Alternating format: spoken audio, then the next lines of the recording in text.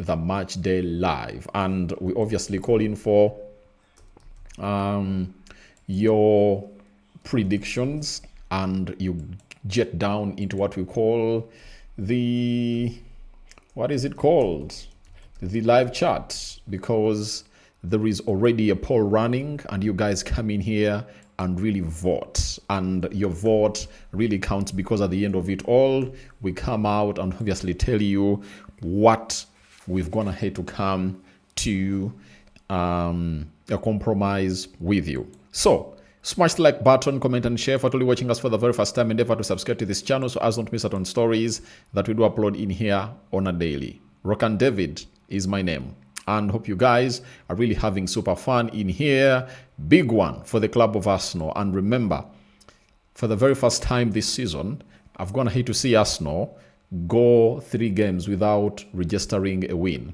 That is really very shocking for everyone who has gone ahead to obviously watch the club of Arsenal and what they've been doing these seasons. But I've always told people that it's always to bottle things right now, not in the month of February and the month of March and April, because here you still have time, you still have a chance to make things right, you know. But I tell you, if Arsenal went ahead to have such a very bad dry run in March, I don't think that they would obviously be in the title race again, or they will be still be topping the table, because their competitors will also be pushing to see to that this club of Arsenal goes, or their competitors will be pushing to see to it that they really get to where Arsenal has failed to get in there, as no one wants to obviously lose points. As I told you,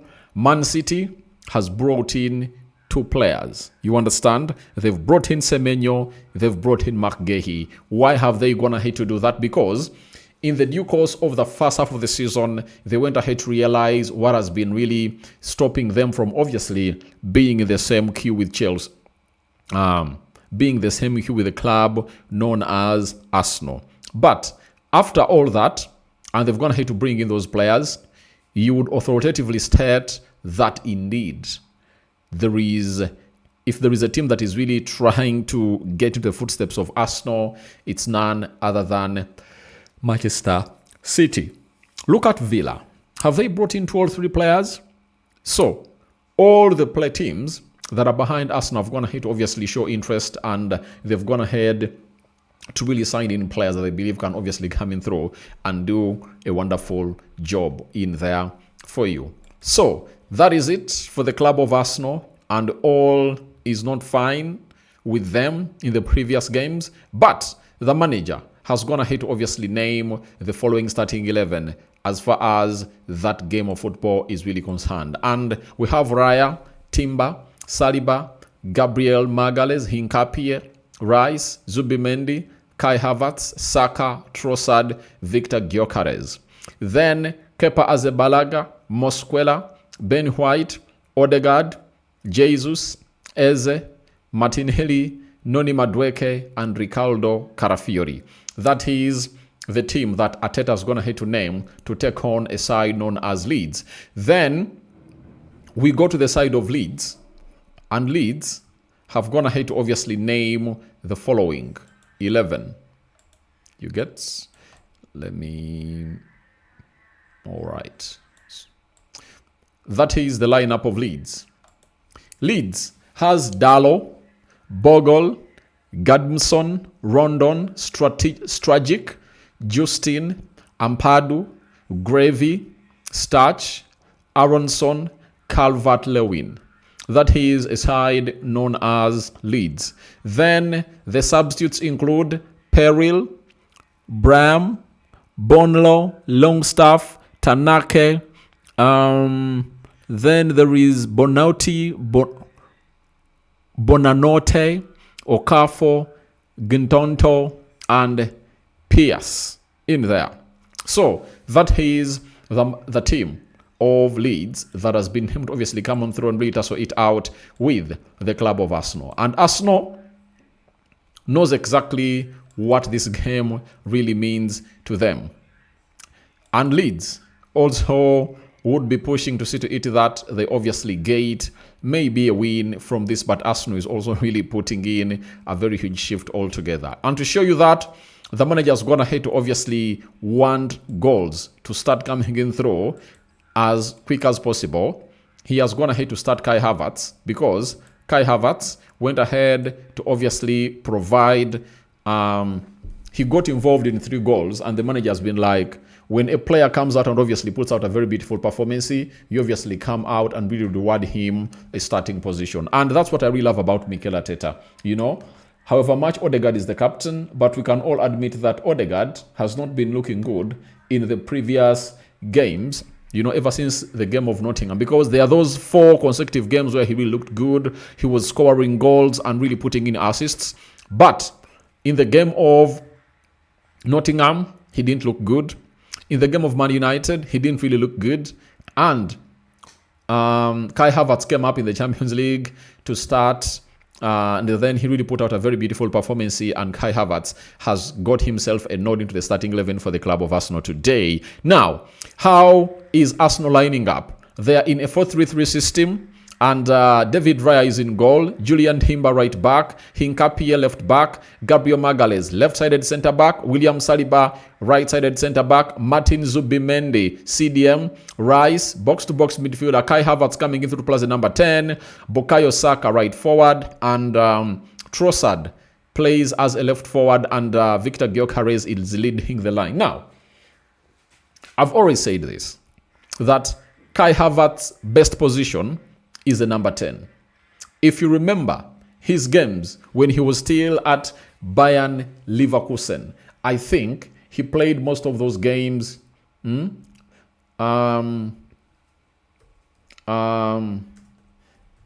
played most of those games when he's playing as a number 10. Let's check the season of 2018. 2019.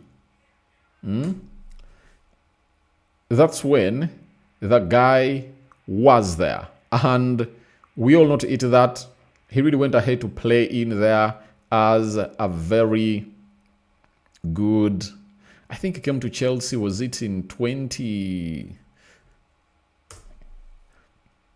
Yep. So, Bayern Leverkusen had him play as a number 10. And his time there is really one of the best times of this player. And when Chelsea brought him in, I think they really had problems into their forward line, and they went ahead to play him as a forward, but he came up and obviously did the needful. He really scored that goal in the Champions League that saw them really win, because he's really a very different kind of caliber of player altogether. I remember. So the lad is that special, and he was one of those players that went ahead to obviously put out a very huge performance in there for you. So the guy is into the starting 11 of Arsenal. You get? And his start by Leverkusen really made people think that he's really one of those that is gonna be. He's really one of those that will come up and obviously create moments of magic at Chelsea. But he created little. He never met the anticipation of those that really went ahead to sign him. But that doesn't really turn him out not to be a very good player. He's talented, because everything you would want a football player to have, Kai Havertz really has. And I think one of the things, or the biggest undoings for him, was that injury he got last season. Because last season, I think he would have gone ahead to lead Arsenal to the trophy. But he came through and really went ahead to get an injury was it in January? Was it in February, right? And he didn't really accomplish his season. And last season, by the way, Kai Havertz had really scored some good amount of goals.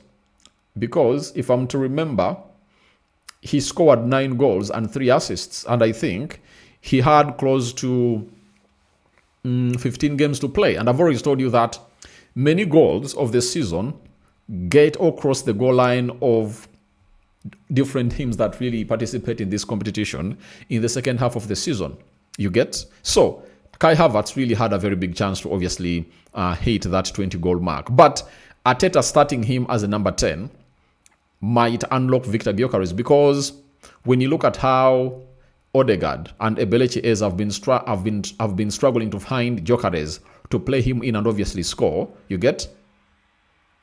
It has been really very alarming. But it took him one game to play with Victor Gyokeres, and he released him, and Gyokeres really went ahead to score. And by the way, it was not only one release, he looked out for him on like 3 to 4 occasions, because even that third goal that was scored by Gabriel Martinelli, Kai Havertz had looked out for Victor Gyokeres, but Gyokeres never went ahead to obviously bury that ball with his slide into the back of the net, and it missed him by he missed it by a fraction, and then Martinelli went ahead to tap it in, meaning that he looked out for him on several occasions. And now the manager is trying to do an experiment that, let me see what Kai Havertz can do with Victor Gyokeres in there for you. And I think for Odegaard, he might really start those games where the manager has gone ahead to start Jesus, or bring on Jesus and Odegaard, because that Jesus and Odegaard really have a very good chemistry together. It has been happening so ever since Jesus came into the club of Arsenal in 2022. So that is Arsenal for you, and that's their formation they've gone ahead to bring in through. If you watched out my probable starting 11, I think it's only Hinkapie and Kai Havertz that the manager's gone ahead to obviously put in, that I never really hinted on. But I also told you that it can be Hinkapie or Ricardo Carafiori, but I went for Ricardo Carafiori. And for Kai Havertz and Odegaard, I hinted about it, that the manager has a lot to do on making a decision, because the player had been involved in 3 goals, and there is no way, by the way, you really drop a player who has been involved in 3 goals. There is no way you can obviously come up and not start that player in your team. So that is the team that Mikel Arteta has gone ahead obviously named to come up and obviously tussle it out with a Leeds that is playing with a 3-man central defense. And this is how Leeds is looking like.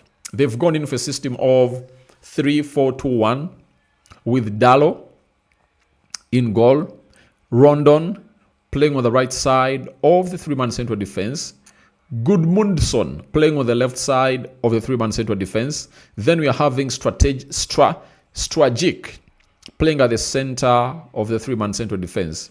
Bogo, right wing back. Justin, left wing back. Ampadu and Graviel playing in the double pivot. Then Stach playing as a right number 10. Aronson playing as the left number 10. Dominic Calvert-Lewin, he is playing as a number 9 and leading the line for the club of Leeds. So that is how things are really going to be happening. But Calvert-Lewin is really deadly, and he is really scoring goals for the side of Leeds, because this season he is really trying to do the needful for the side of Leeds, and he has gone ahead to score 9 goals for Leeds in 21 games, and he's also having 1 assist. So it shows you that he is a threat, and they need to obviously look out for him. So that is Leeds for you, and that's how they've gone ahead obviously line up, and we wait to see who really takes away these points into this particular fixture. I told you way back yesterday that Arsenal is really blessed that they now have all the chance to obviously put the teams that are competing with them on pure pressure. Why am I talking about pure pressure? Because if Arsenal wins today, they'll obviously restore their 7-point lead against Man City and Aston Villa.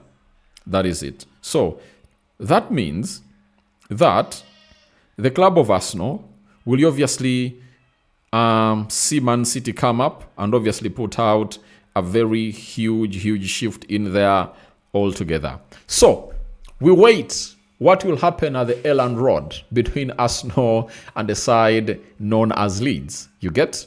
But the first leg, Arsenal beat them 5-0. It was 5-0 in favor of Arsenal, and Victor Gyokeres was on target. Now, do you think Victor Gyokeres will obviously be on target today, if at all they do have Kai Havertz playing as a 10, as their chemistry looked like it was really already made?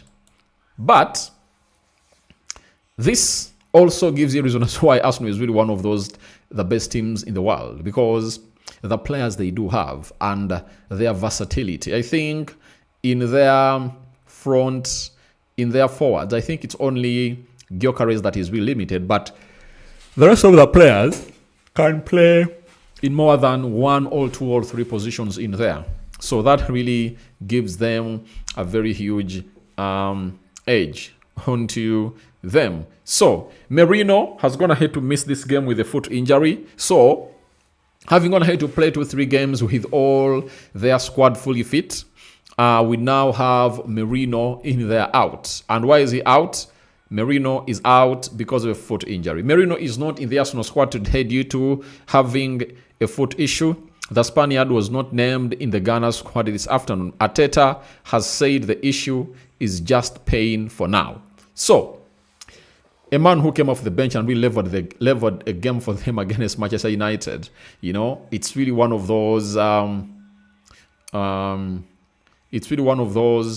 Moments that will make you miss him as a player. So Odegaard starts on the bench, a reminder of the big team news with Ghana's captain Odegaard dropping down to the bench. Ebelechi Eze also starts to the bench as Kai Havertz comes into the midfield for the first start in the Premier League in around a year. So I told you Arteta has proven to us that it's not all about you being a captain. It's also about what you put out onto the pitch of play. Now, we are having Sam Blitz from Sky Sports. He has told us that Kai Havertz picked over Odegaard. He said, massive calls from Mikel Arteta. Kai Havertz starts over Martin Odegaard in the attacking midfield. Kai Havertz will get another chance playing alongside Victor Gyokeres in the Arsenal attack after both players linked up well against Kairat Almat on Wednesday. Arsenal captain Odegaard has been an Arteta mainstay over the past 5 years, but watches this one from the bench and it's down to performances. Kai Havertz, meanwhile, starts the Premier League game for the very first time. So, that's the manager I want. I don't want a manager who really picks players on favoritism. I want that manager who will make out that call that will shock out players and obviously send shock waves into them that no one is here and has a permanent starting position. So that is really good for the club of Arsenal. I think it speaks volumes to players like Martin Odegaard and very many others who think that they've already gone ahead to really prove themselves at Arsenal, meaning that the manager judges you on your previous 90 minutes. If you really never looked good, then the manager will be like, you are not getting into my team. You are not getting into my 11. So that is the manager known as Mikel Arteta, and that is the push he's really putting out to see to it that all doesn't really look like the same to the players, and that's how he's really putting up the competition levels for Arsenal at another level. I believe that if Gyokeres is really unleashed, he will score goals, and my complaint has always been they don't feed him enough. And when they played against Kairat, I think he was the one to blame because he would have gone ahead to obviously get away with 3 or 4 goals. In the first half only, he would have gone ahead to do the needful. Now, Declan Rice has said, one of the best stadiums in the country. The fans are incredible and we know what to expect. They've been unbelievable of late and it's going to be a really tough game. But in this league, there are no easy games and we are going to be ready to put on a performance. We are just staying focused on what we have to do. We are top in the Premier League, top in the Champions League and semi-finals of the Carabao Cup. In perspective, we are doing really well and we need to keep going. We need to stay focused on what's ahead of us. And today is another big test. Obviously, it's another big test to test the mentality of Arsenal. That losing your first game at Old Trafford over your long-time rivals, that is Man United, how do you respond to that? And if you are Arsenal, you have to come into this game and really get a comfortable win, that everyone will be like, the boys are really back. And I think that will happen if at all they utilize their chances. That is it. If they don't utilize their chances, then they'll obviously find themselves having what we call a nervy game. And in the situation in which these Arsenal players are, their mindset has been put a very big test. I've even gone ahead to see their former captain, that is Patrick Vieira, also coming out and say that their mentality has dropped an inch. That's why they've gone ahead to find themselves in a position of really looking like that. So let me get into the live chat and see what you guys are really saying. Nabs Football Talk. Hey, Mr. Aradi, thanks for my team news. I'm watching live from Abu Dhabi. All right. Inziko Cosma says, Arsenal win 3-0. All right, we wait. Lucky DUG, hello, Rokani, thanks for the show. I'm following you up in Doha, Qatar. All right. Then Lucky D, hoping for the best results tonight for Arsenal. Come on, you Gunners. I see you. Then there is Muima, says Mr. Aradi, watching you from Zambia. Nuno should have started also for Saka. Noni Madueke, you are saying, and see how Kai Havertz can feed Gyokeres the balls. Okay, we wait and see. But you can't bench Saka for 2 consecutive games, you know. These fans of Arsenal will eat you. Unless otherwise Max Dorman turns into the talent he's supposed to be, then I think his mushrooming will really mean a lot in between him and Bukayo Saka. Raymond Kangumba. Hey, Rokani, how are you? Newcastle United, 40 million deal move for... What are you saying? What are you saying about Newcastle? 40 million deal move for Newcastle United now from Ray. What are you saying? What are you saying? Is there, here we go, that Newcastle has gone ahead to shock the world? Let me check here and see. Has Newcastle done anything that is really shocking that it deserves to divert us from the game and obviously look at something else? Let me see here. Let me check here. As you guys continue to vote. Yes, Roma, Bran, Zaragoza, Axel Disasi, Liverpool not opening door for Curtis Jones exit in January. Juventus agree personal terms with Emily Holm. Juventus agree, nothing like a Newcastle deal here. So please, what are you trying to say? What are you trying to say? You know, unless you're like diverting our attention to something else. But clarify more in the comment section. Akiki Robert, I love it. Peter Bagonza Apuli, my prediction is Leeds 1, Arsenal 2. Peter Bagonza Apuli, good evening, bro. Good evening, my brother. Emmanuel Nsubuga from Wobble in Ziruero, thanks, bro. Thank you for obviously being part of this beautiful game and this beautiful channel. And you guys have gone ahead to obviously make us grow big and better every other time you guys are always here. So we wait what comes out of this encounter of Arsenal as they obviously take on Leeds United. I've read to you what Declan Rice has gone ahead to say. He's a midfielder, and there is a